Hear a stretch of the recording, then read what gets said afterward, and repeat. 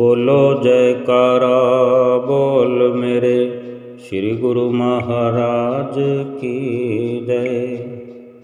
सभी गुरुमुख प्रेमियों से सप्रेम जय सच्चिदानंद। बहुत सा लाभ का जो अवसर हमारे जीवन में आया है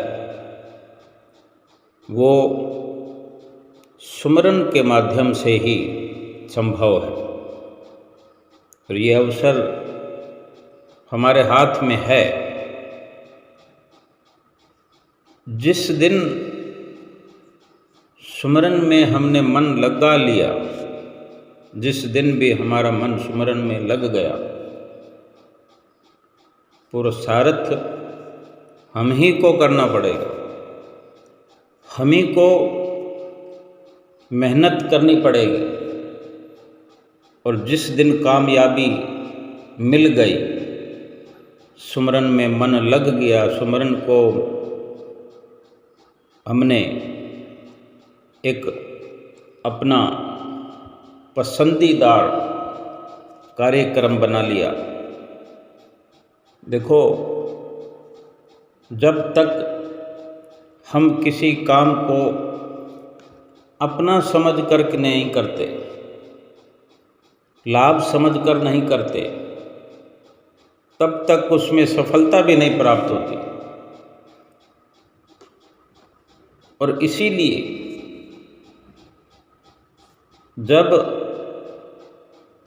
हम ये समझ करके, ये मान करके सुमरन करने लगेंगे कि इसी के अंदर, इसी सुमरन में केवल और केवल इस एक जीवन का ही नहीं बल्कि जन्म जन्मांतरों के रहस्य छुपे हुए हैं। और जब एक एक पल इस प्रकार से सुमरन के बारे में गहरी सोच रखते हुए सिमरन में अपनी सुरती लगाएंगे, सुमरन में मन लगाएंगे, एक एक पर्दा उठता चला जाएगा। जब तक हमें बाहर और बाहर की ओर भागने की, बाहरी सफ़र करने की, बाहर खोज करने की, बाहर ढूंढने की, बाहरी सफलता प्राप्त करने की होड़ लगी हुई है, तब तक ये मुश्किलें हैं कि सुमरन में मन नहीं लगता, सुमरन में कुछ होता नहीं है, अंधेरा छा जाता है, ये तरह तरह के ख्याल आने लगते हैं। यानी ये सब का सब वही है कि जो हम बाहर देखना पसंद करते हैं। बाहर का तभी दिखाई देता है जब हम देखना चाहते हैं। चाहे हम लाखों की भीड़ में चले जाएं, लाखों की भीड़ में चले जा रहे हों, भीड़ को चीरते हुए चले जा रहे हों, अपना एक रास्ता बनाते चले जा रहे हों, हम जिसको देखना चाहेंगे उसी को देखेंगे। ये ज़रूरी नहीं कि अगर हजारों लाखों की भीड़ हमारे सामने है और भीड़ के बीच के अंदर से निकलकर हम जा रहे हैं तो सभी को देखते चले। अगर हम न चाहेंगे तो हमें देखने की ज़रूरत नहीं पड़ेगी। हमें केवल अपने रास्ते पर नज़र रख कर भी जाया जा सकता है कि केवल हमने अपने रास्ते की ओर देखना है, अपनी मंजिल की ओर देखना है।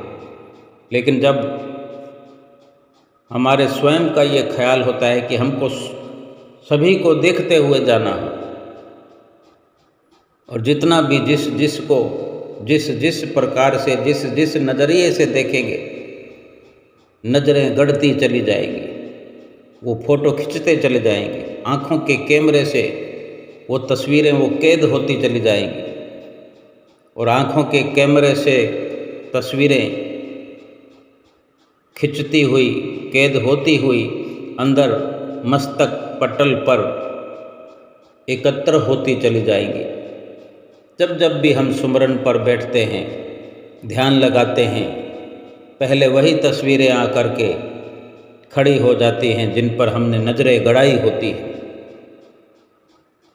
लेकिन हमारी अगर नज़र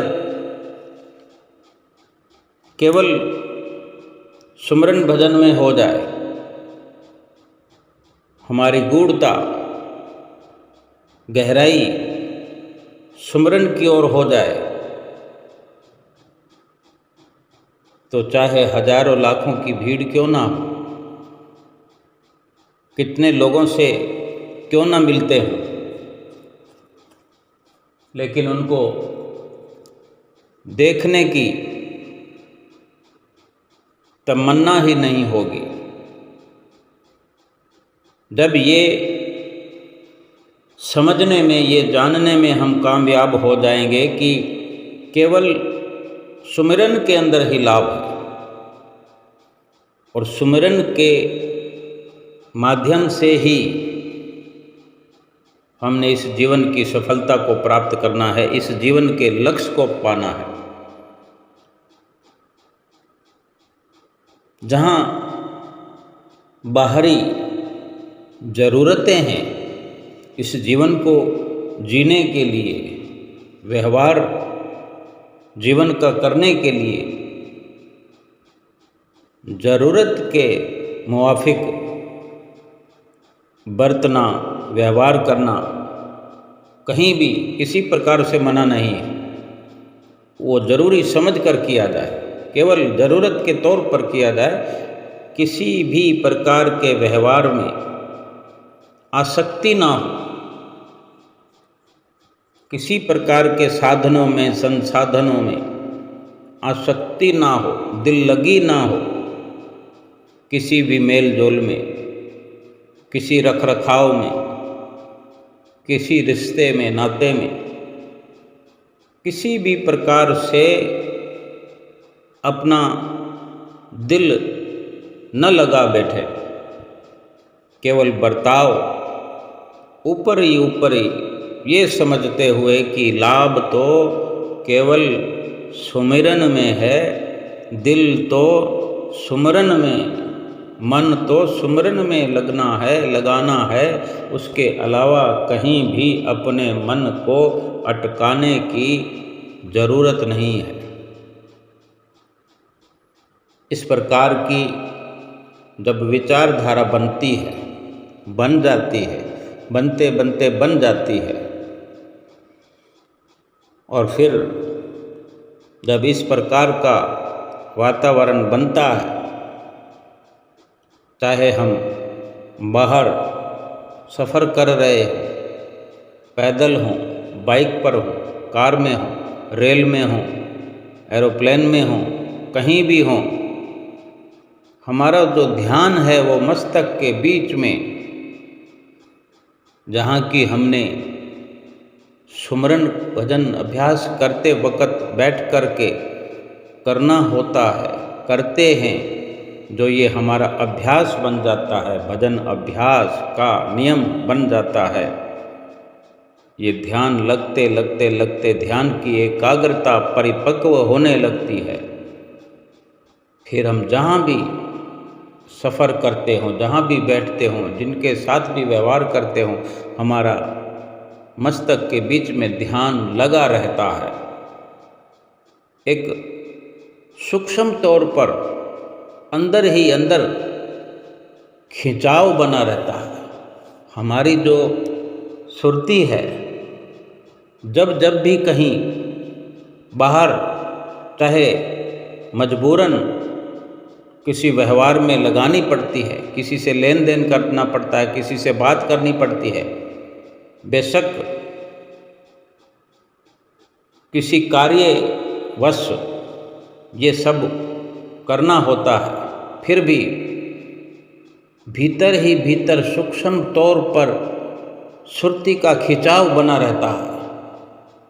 और ये खिंचाव भीतर की ओर सुरती को खींचने का इशारा ये दर्शाता है कि बाहरी स्तर पर कहीं हमारी सुरती लग ना जाए। और भीतर जो मस्तक के बीच में ध्यान की एकाग्रता है वो टूट न जाए। जब ध्यान नहीं जुड़ता है तब सुरती जगह जगह पर बिखरी होती है, टुकड़ों टुकड़ों में बटी होती है। कुछ सुरती कहीं फैली होती है, कुछ कहीं लगी होती है, इधर लगाव है उधर लगाव है। सुरती का जगह जगह पर बिखराव होने के कारण भीतर सुरती की एकाग्रता, ध्यान की एकाग्रता बनती नहीं। और जब जब भी हम चाहे जबरन ही भजन अभ्यास में बैठ जाते हैं तो सुरती लगती नहीं है, एकाग्रता बनती नहीं है, ध्यान जुड़ता नहीं है। क्यों? ध्यान पहले से बटा हुआ है। जब ध्यान की एकाग्रता का लाभ, भजन सुमरन का लाभ और इसके मायने संपूर्ण तौर पर समझ आ जाएंगे, हमारी परिपक्वता में ये बात आ जाएगी कि जितनी भी संसार की रचना है, जहाँ जहाँ भी संसार में बाहरी तौर पर हमारी सुरती का भटकाव है, सुरती का लगाव है, ये सब का सब जो है हमें इस मनुष्य जीवन से गिराने की केवल क्षमता रखता है, ये बाहर का ध्यान। और जब मनुष्य जीवन से जीवात्मा गिरता है तो फिर से 84 लाख योनियों में जाना पड़ता है। ये जो हम सुरती को बाहर बिखेरते हैं या बिखरने देते हैं, जगह जगह पर सुरती को हम लगाते हैं, अपने ध्यान को बांटते हैं, ये तरह तरह के जन्मों की प्राप्ति होने का ही एक संदेश है। ऐसे हर संदेश को भयावह समझ करके, दुखद समझ करके अपनी सुरती को बिखरने से बचा करके, अपनी सुरती को, अपने ध्यान को अपने भीतर मस्तक पर, भीतरी ओर, अंदर की ओर, दोनों आँखों के बीच में पीछे की ओर, जहाँ 10वां द्वार है, शिव नेत्र है, जहाँ सतगुरु की बैठक है, जहाँ सतगुरु का सिंहासन है, भगवान जहाँ विराजते हैं, जहाँ पर ध्यान लगाने से आत्मा का साक्षात्कार होता है,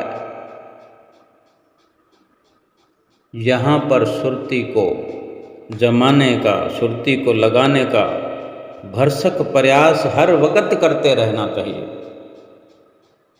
जरूरी नहीं कि केवल जब भजन सुमरन में बैठें उसी वक्त सारी कार्रवाई करनी है। सारा दिन जितने भी संसारिक कार्य करते हैं वो सब संसार की कार्यवाही करते हुए भी अपने ध्यान को हम खींच कर बाहर से भीतर की ओर लगाने का प्रयास निरंतर, नित्य निरंतर करते रहें, करते जाएं। और यही सफलता जो है भजन सुमरन की ओर हमें लीन करते हुए भजन सुमरन का लाभ दिलाएगी। और जब इस प्रकार से दिन और रात करके थोड़ी थोड़ी कोशिशें, प्रयास करते हुए जब हम देखेंगे कि सुरती की एकाग्रता होने लगी है, सुरती धीरे धीरे ही सही संसार से हटने लगी, जो ध्यान बटा हुआ था, जो सुरती का बिखराव था, जगह जगह पर सुरती का लगाव था वो कम होने लगा है और भीतर की ओर सुरती का प्रवेश होने लगा है, ध्यान जमने लगा है। फिर जैसा कि हमें श्री गुरु महाराज जी नित्य प्रति आदेश करते हैं कि हर गुरुमुख प्रेमी को 2 घंटे भजन अभ्यास अनिवार्य है, तब ये शुरुआत भजन अभ्यास की हमारी इस प्रकार से होती है कि हम 2 घंटे भजन अभ्यास आसानी से करने लगते हैं। तब बैठने पर मन जुड़ने लगता है और मन जुड़ जाता है, और जब समय की कहीं ना कहीं कमी हो जाती है, भजन अभ्यास में पूरा समय नहीं दे पाते, तो ये मन में एक विचार बनता है कि आज मेरा नुकसान हो गया, आज पूरा समय भजन अभ्यास में नहीं दिया। तब केवल इसी संदर्भ में विचार विमर्श भीतर ही भीतर होते रहता है, होने लगता है। सुमरन करना है, 2 घंटे पूरे करने हैं, किस प्रकार से करना है। पहले आधा घंटा भी अगर हम शुरुआत करते हैं, आधा घंटा ही बड़ी मुश्किल हो जाती है, और जब ध्यान जुड़ने लगता है फिर आधा घंटा से हम 1 घंटे अपने भजन सुमरन की सीमा कर देते हैं। और इस प्रकार से 1 घंटे की निश्चिंतता जो है धीरे धीरे परिपक्व हो जाती है, और फिर बीच बीच में हम घड़ी भी देखा करते हैं, टाइम देखा करते हैं। कई बार 1 घंटे के बजाय 1 घंटे से पहले आधा घंटे से ऊपर और आधा घंटे के बाद अगले आधा घंटे में कई बार विचलितता के चलते टाइम देखने की हम गुस्ताखी करते हैं, मन ऊब जाता है। लेकिन जो लगन है, जो हमारा जुनून है, जो यकीन है सुमरन पर, वो हमें बिठाए रखता है।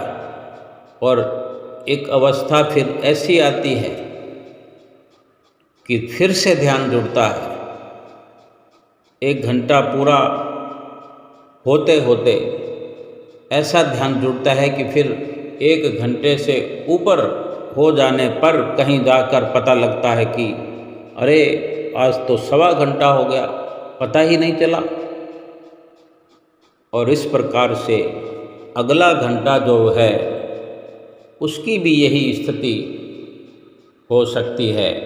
और इस प्रकार से लगातार 2 घंटे बैठकर भी भजन अभ्यास को पूरा कर सकने में हम सफल हो जाएंगे। अगर महापुरुषों ने फरमाया है, अगर श्री गुरु महाराज जी ने वचन किए हैं, तो मुश्किल नहीं हो सकता भजन सुमरन करना। श्री गुरु महाराज जी वही हमसे करवाते हैं जो इस वक़्त इस जीवन में बहुत आसान है, लेकिन हमारा अभ्यास न होने के कारण हमें मुश्किल से मुश्किल लगता है।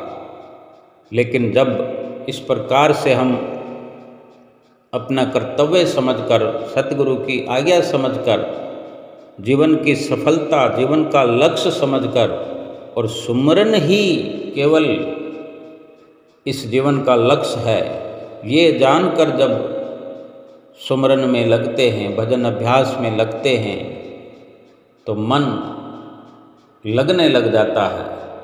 फिर कुछ और अच्छा नहीं लगता, और एक निश्चिंतता ऐसी बनती है कि सब काम अपने आप हुए चले जाते हैं।